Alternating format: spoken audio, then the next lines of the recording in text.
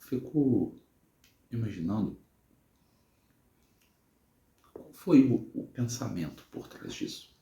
Qual foi a ideia por trás desse tipo de pensamento? Será que veio à mente aquele fiz-me de tudo para ganhar a todos que Paulo disse? Mas, irmãos, esse tipo de banner aí, ele representa somente a saudade do mundo. Sabe? É aquela vontade de estar no mundo sendo manifestada. Vejo, é completamente sensual, completamente voltado a coisas que nunca deveriam ser mencionadas na igreja. Aquilo que Paulo diz em Efésios, que nós devemos expor essas coisas porque elas são vergonhosas. Paulo também diz que nós devemos andar como pessoas que andam na luz, não na noite, na bebedeira, na sensualidade, na imoralidade. E esse tipo de banner representa as pessoas que andam, segundo o pensamento de Paulo, nas trevas, na noite, na bebedeira, na imoralidade. Esse tipo de banner é as pessoas com saudade do mundo, querendo trazer o mundo para dentro da igreja. Então, essas pessoas com saudade do mundo, elas sentem comichão nos ouvidos, porque o mundo sem Deus é caótico. O mundo sem Deus é desesperançoso, dá medo. Mas as pessoas querem ouvir de Deus. Veja aí quantos artistas que não têm nenhum conhecimento de Deus estão falando de Deus. Porque o mundo sem Deus dá medo, dá angústia, perdemos a esperança. Às vezes as pessoas elas querem ouvir de Deus. E o que elas fazem? Levantam mestres segundo o seu coração para falar de Deus para elas. Mas nada que as confronte, nada que as faça mudar de atitude, mudar o pensamento, nada que as leve a produzir um sentimento que nós chamamos no grego de metanoia, que é a mudança de mente, é a verdadeira conversão. Pessoas caminhando para o inferno ouvem o chamado de Cristo através da pregação, ouvem o chamado ao arrependimento, e o Espírito trabalha nelas, produz isso que nós chamamos de metanoia, que é a conversão, e elas andam de volta para o caminho da vida, o caminho da luz, o caminho da salvação. Mas esses homens levantam, homens que são verdadeiros bobos, palhaços, entretendo bodes. E no fim, nessas reuniões, lota, não é? Tá cheio de gente, mas o único não presente ali é Jesus. Ou será que, bem, pela análise do banner, será que Jesus entraria ali, desceria até o chão no som do batidão? Não, irmãos. Nossa pregação, ela deve estar baseada na cruz de Cristo. Aquilo que atrai as pessoas é a cruz de Cristo. Se nós usarmos qualquer outro artifício que não seja a mensagem da cruz, nada é válido. Se Cristo não for pregado para atrair as pessoas, nada é válido.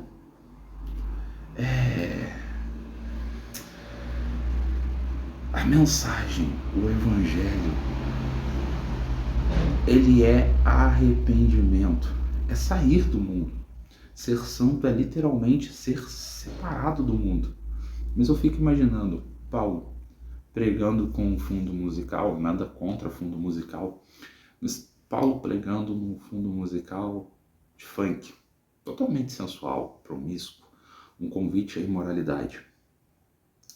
Não, né, irmãos? Não pregaria. É que, na verdade, as pessoas elas têm medo do confronto. Elas têm medo de ser confrontadas. E algumas igrejas, com medo de perder as pessoas, inventam esses tipos de artifício. Inventam esses tipos de técnicas, esses métodos de todos os tipos para manter porcos entretidos. Eu sei que isso é pesado, mas veja, as pessoas não querem ser transformadas. E as igrejas com medo de perder as pessoas que não querem a cruz de Cristo, que não querem o Evangelho, que não querem ser transformadas, que estão ali porque somente são adeptos à fé, gostam da música, e daí, com medo de confrontar essas pessoas, elas não pregam a verdade. Há um pastor nos Estados Unidos, então uma igreja muito grande, talvez uma das maiores de lá. Ele disse: eu não prego sobre pecado, eu não prego sobre isso. As pessoas já estão cansadas de ouvir. As pessoas estão cansadas a semana inteira no trabalho, a semana inteira no serviço. E daí, depois de uma luta semanal, eles vão vir aqui no domingo me ouvir falar de pecado. Não, eu prego consolo. E a igreja dele cresce. Mas quantos ali dentro estão salvos de verdade? Por quê? Se eu não convenço o homem do pecado, e é óbvio, isso não é função minha, a minha função como pregador é falar. Quem convence é o Espírito Santo. Mas se não é falado, como esses homens são transformados? Sem semelhança a nada que aconteça aqui no Brasil, né? Mas veja, com esse tipo de pensamento, a igreja na Europa morreu. A igreja nos Estados Unidos está morrendo. E o que nós podemos fazer aqui no Brasil?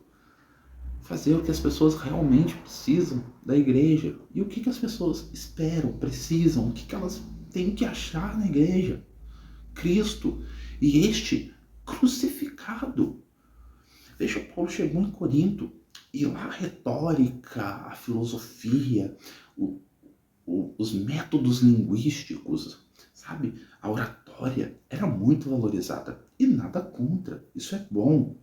Porém, os coríntios eles começaram a fazer partido em volta dos oradores. Saudade do mundo. E Paulo falou assim, olha, eu não usei nenhum tipo de artifício como esse para atrair vocês. Nada me propus a vocês, senão Cristo e este crucificado. E isso atraiu os coríntios.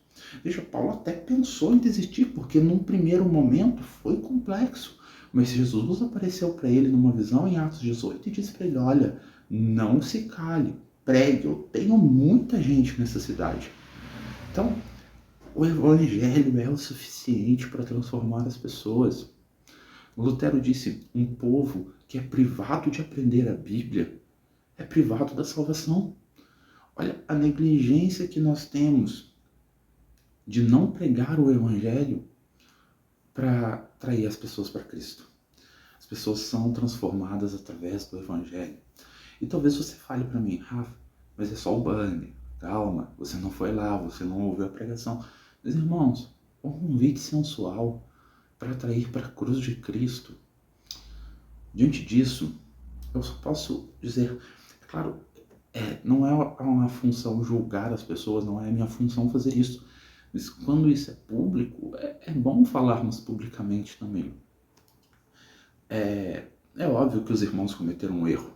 É óbvio que os irmãos cometeram uma falha. Mas, olhando para isso, espero, obviamente, que os irmãos se arrependam, voltem atrás e que não aconteça esse tipo de coisa. Mas, olhando para isso, irmãos, e olhando para todo o cenário que nós vemos aí da Gospelândia aí, do universo gospel, do universo dos pregadores coach, prosperidade, essa teologia do... como é que eu posso falar? Do ego. Olhando para isso, eu só posso dizer que Deus tem misericórdia de nós, que não aconteça conosco o que aconteceu com a igreja na Europa. Meus irmãos, que a graça e a paz do Senhor Jesus esteja com todos. Fique com Deus.